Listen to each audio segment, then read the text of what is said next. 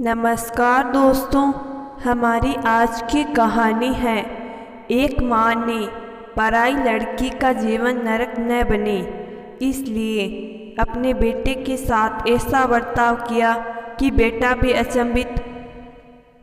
कानपुर शहर में सुशीला नाम की औरत रहती थी। वह अपने बेटे जीतू और बहू नेहा के साथ इस शहर में रहती थी। नेहा के एक सुरेंद्र नाम का एक बेटा और एक दीपा नाम की बेटी थी। नेहा की सास सुशीला अपने पोते व पोती से बहुत स्नेह करती थी। सुरेंद्र 26 साल का हो चुका था, इसलिए सुशीला जी सुरेंद्र के लिए एक लड़की देख रही थी।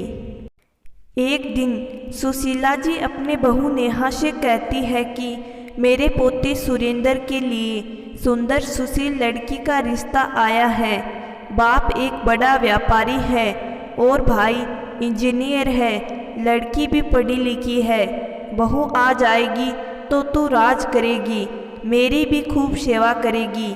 यह देख फोटो मेरी भाभी के दूर के रिश्तेदार है। कहते हुए सुशीला ने फोटो नेहा को पकड़ा दी। नेहा ने फोटो देखी और चिंतित हो गई और सोचने लगी, कितनी मासूम लग रही है। किसी माँ बाप का जिगर का टुकड़ा है। उन्होंने कितने प्यार से इसे पाला पोसा, लिखाया पढ़ाया है। मेरी बहू यह बने चाहे कोई और, बेटी से ज़्यादा उसे प्यार करूँगी। यह सोच ही रही थी, तभी उसकी बेटी दीपा ने आकर कहा, अरे मम्मी, ये क्या अपनी बहू को फ़ोटो देखी जा रही है? मस्त है भाभी, बस भाई की शादी हो जाए। तभी दादी ने फ़ोटो छीनते हुए कहा, फ़ोटो दे, तेरे पापा और भाई को दिखानी है। उन लोगों के हाँ के बिना कुछ भी नहीं हो सकता। दीपा दादी से बोली, हाँ पता है, दादेर सासू जो बनने वाली हो। यह कहकर दीपा और दादी दोनों खिलखिलाने लगी। शाम को नेहा का पति जीतू घर पर आया। नेहा अपने पति के सामने ज़्यादातर कम ही बोलती थी। कहने को तो वे दोनों पति पत्नी थे, पर रिश्ता सिर्फ निभा रहे थे। जीतू कड़क मिजाज आदमी था, जिसके लिए पत्नी सिर्फ एक मजदूर से कम नहीं थी। पत्नी की पसंद नापसंद से उसे कोई मतलब नहीं था। घर आते ही जीतू अपनी माँ के पास बैठ गया। सुशीला अपने बेटे को फ़ोटो दिखाई। लड़की की फ़ोटो देखकर जीतू बोला, परसों ही लड़की देखने चलेंगे सुरेंद्र के लिए। यह लड़की सही है। यह कहकर नेहा का पति अपने कमरे में चला गया। रात के 10 बज गए थे। सभी खाना खा रहे थे, पर सुरेंद्र का कोई पता नहीं था। नेहा को अपने बेटे की बहुत चिंता थी। रात के 11 बज रहे थे। सुरेंद्र ने दरवाज़ा खटखटाया। किवाड़ नेहा ने खोला। सुरेंद्र हंसते हुए बोला, मम्मी आप सोए नहीं, जाओ सो जाओ। और हाँ, मेरा पेट भरा है, दोस्तों के साथ बाहर खाकर आया हूँ। सुरेंद्र के मुँह से शराब की बू आ रही थी और लड़खड़ा कर चल रहा था। नेहा चिंतित होकर वहीं सोफे पर बैठ गई और रोते हुए सोचने लगी, मेरी जिंदगी तो अब कट गई। मैंने तो सहा व सहा, पर किसी और की बेटी को ज़बरदस्ती कुएं में नहीं ढकेलूँगी।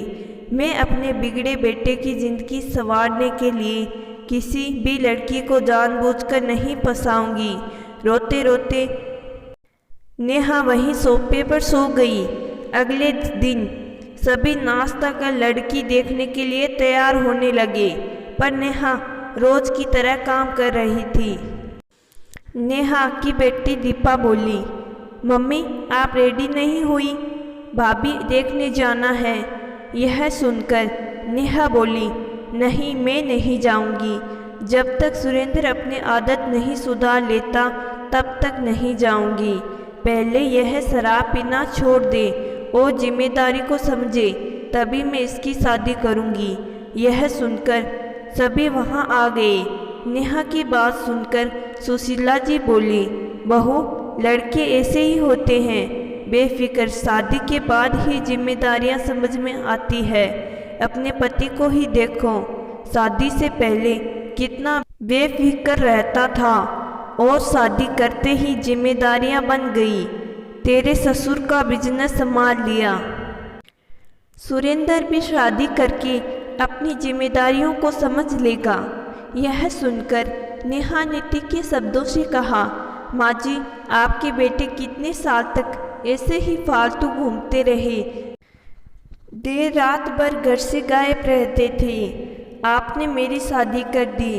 इन्होंने कभी भी मेरा सम्मान नहीं किया और आप लोगों से मुझे क्या मिला? न परिवार ने अच्छा पति, मुझे बोलने की आज़ादी ही छीन ली। जो मेरे साथ हुआ वह मैं किसी और की बेटी के साथ नहीं होने दूंगी। सभी को अपने बच्चे प्यारे होते हैं। माँ जी, मेरी बेटी दीपा भी है। क्या आप किसी आवारे लड़के से अपने पोते की शादी कर देगी? 100 बार देखकर एक अच्छे लड़के से दीपा की शादी करेगी। आप किसी भी आवारा लड़के से अपने पोती की शादी करने के लिए तैयार नहीं होगी। इसलिए जब तक सुरेंद्र जिम्मेदार नहीं बन जाता, मैं उसकी शादी नहीं करूंगी। मैं अपने बेटे का भविष्य सुधारने के चक्कर में किसी और की बेटी का भविष्य नहीं बिगाड़ सकती। अगर सुरेंद्र सुधरता है तो कल से अपने पापा की फैक्ट्री में चला जाए, नहीं जाना चाहे तो यूं ही जीवन भर कुंवारा बना रहेगा। आज नेहा का सालों बाद ऐसे बोलते देख सब हैरान थे। जाते जाते नेहा अपने बेटे सुरेंद्र से बोली, कल से देर रात तक शराब पीकर घर में घुसेगा तो पुलिस को फ़ोन कर दूंगी और भूल जाऊंगी कि तू मेरा बेटा है।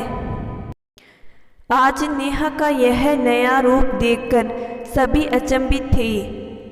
सब बातों को सुनकर सुरेंद्र को अपनी गलती का एहसास हो गया।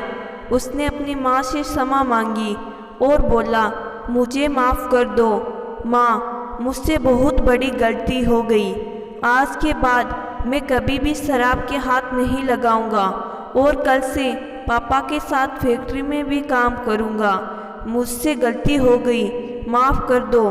अब मैं कभी भी अपनी जिम्मेदारियों से दूर नहीं भागूंगा।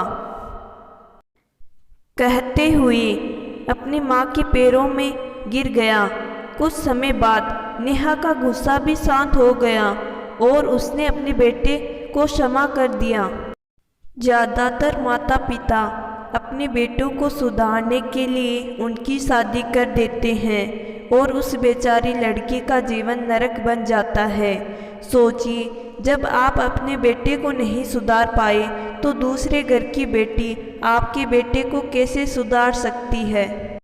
तो दोस्तों, मैं आशा करती हूँ कि आज की कहानी आपको ज़रूर पसंद आई होगी। कहानी पसंद आई है तो कहानी को लाइक और चैनल को ज़रूर सब्सक्राइब करिएगा। धन्यवाद।